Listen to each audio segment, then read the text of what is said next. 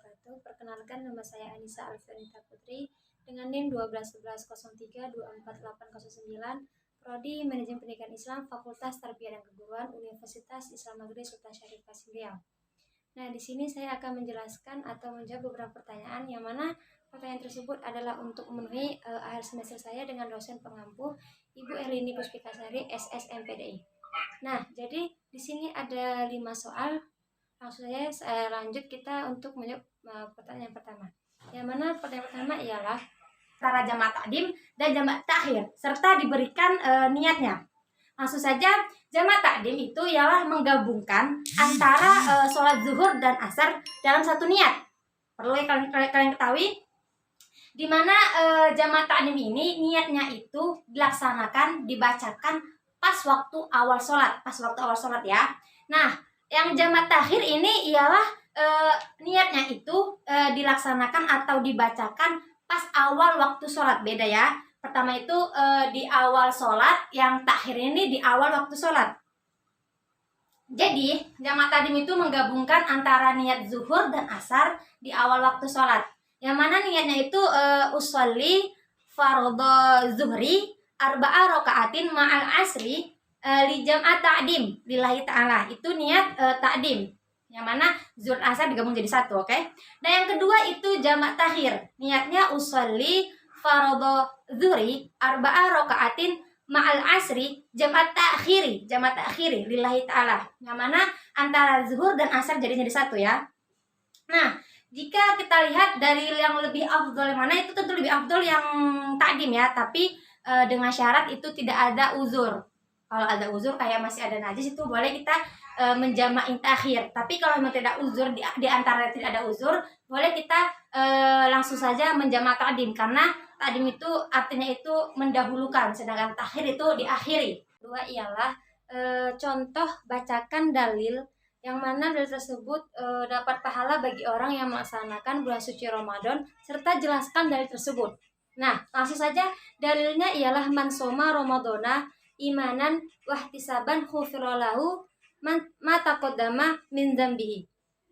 Nah, yang mana di sini Abu Hurairah, Nabi Muhammad SAW bersabda, barang siapa yang melaksanakan menjalankan bulan suci Ramadan dengan hati yang penuh dengan iman dan kesabaran, maka dihapuskanlah dosa-dosanya pada yang berlalu.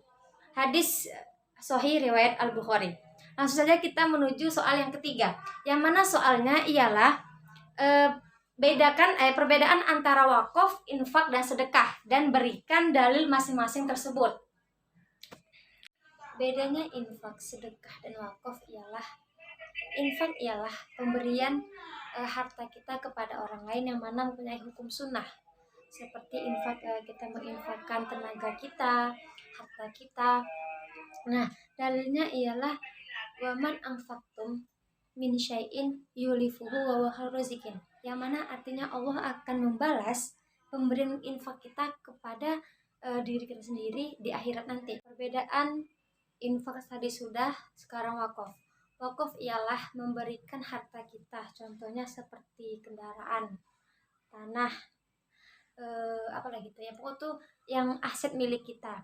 Seperti dalilnya lan tanawallu birru hatta tunfiku mimma tuhibbuna wa ma tunfiku min syai'in fa innallaha bihi alimun.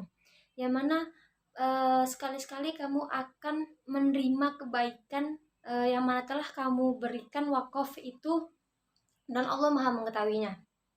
Nah, yang ketiga ialah sedekah, yang mana sedekah ialah pemberian dari orang untuk mengharap pahala dari Allah SWT yang mencakup segala hal, yang mana hal itu diberikan untuk orang tidak mampu. Seperti dalilnya masalul ladzina tunfikuna amwalahum fisabilillah, yang mana Allah akan memberikan berlipat-lipat ganda pahala ataupun rezeki bagi orang yang bersedekah.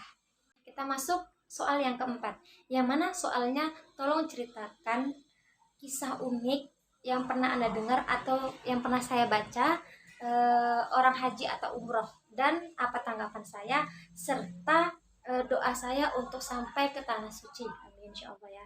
Nah, langsung saja, kisah unik yang pernah saya dengar saya pernah mendengar kisah dari kiai saya di pondok pesantren, yang mana beliau kan sering memimpin haji atau umroh.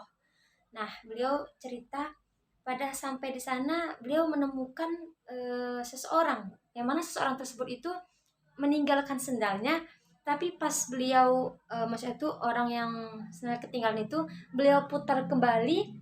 Pas putaran 7 itu beliau putar kembali, sendal itu sudah tak ada lagi. Itu menurut saya lucu sih, soalnya saya belum pernah dengar kan, gimana nggak mau ketinggalan sendal tersebut. Kan yang namanya putaran itu banyak juga kan orang kan yang memutarin Ka'bah itu, banyak orangnya beribu-ribu, kayak mana sendalnya itu nggak mungkin ketemu lah ya kan. Itu menurut saya unik sih. Tapi kalau cerita pernah saya dengar, itu yang saya dengar. Tapi kalau yang saya baca yang unik itu belum sampai gimana ya. Cuman kalau yang istimewa, yang luar biasa, mukjizat tuh tentu banyak. Contohnya seperti orang yang sampai sana tuh tidak mandi pun tidak akan bau sama sekali. Itu luar biasa. Mukjizatnya itu kayak orang yang sudah ke tanah suci, pulang ke rumah, beliau sehat walafiat, segar gitu kan.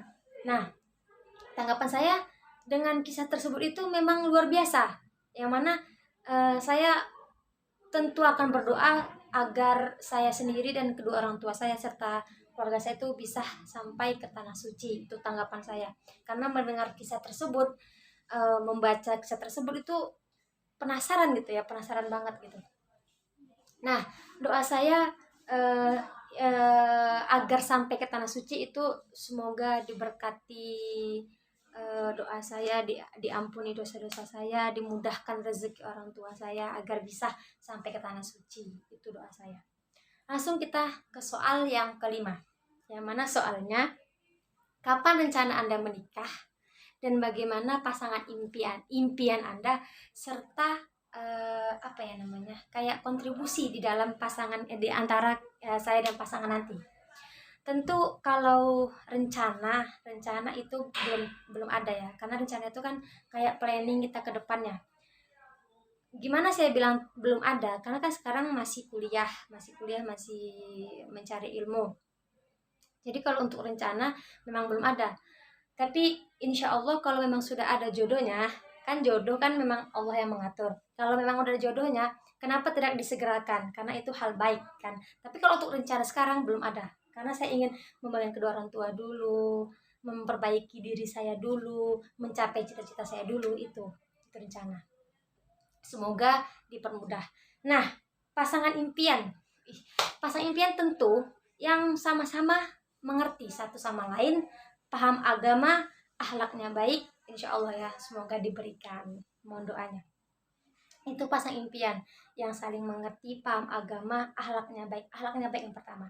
Nah, yang terakhir itu adalah kontribusi itu kan sama-sama kita ngomong sama pasangan, yang mana kontribusi ini perlu sama-sama kita omongin sama pasangan kita, bagaimana agar rumah tangga itu baik. Nah, jadi kalau menurut saya itu kontribusi antara saya dan pasangan itu tentu ingin mengharapkan rumah tangga yang baik dipandang oleh keluarga, tetangga, serta orang-orang yang memandang ya, itu kontribusi. Dan tidak ada kesalahan antara satu pihak dan pihak lain. Itu jika ada masalah diperbaiki, diomongi baik-baik, saling mendukung pasangan, saling menghormati pasangan, supaya tadi pasangan itu tidak akan kecewa ataupun merasa bosan gitu kan. Nah, itulah beberapa jawaban dan yang sudah saya perjelas. Saya akhiri, bila ada kata-kata yang kurang berkenan, yang salah, mohon maaf karena saya masih belajar. Saya akhiri, wabillahi taufiq wal hidayah. Wassalamualaikum warahmatullahi wabarakatuh.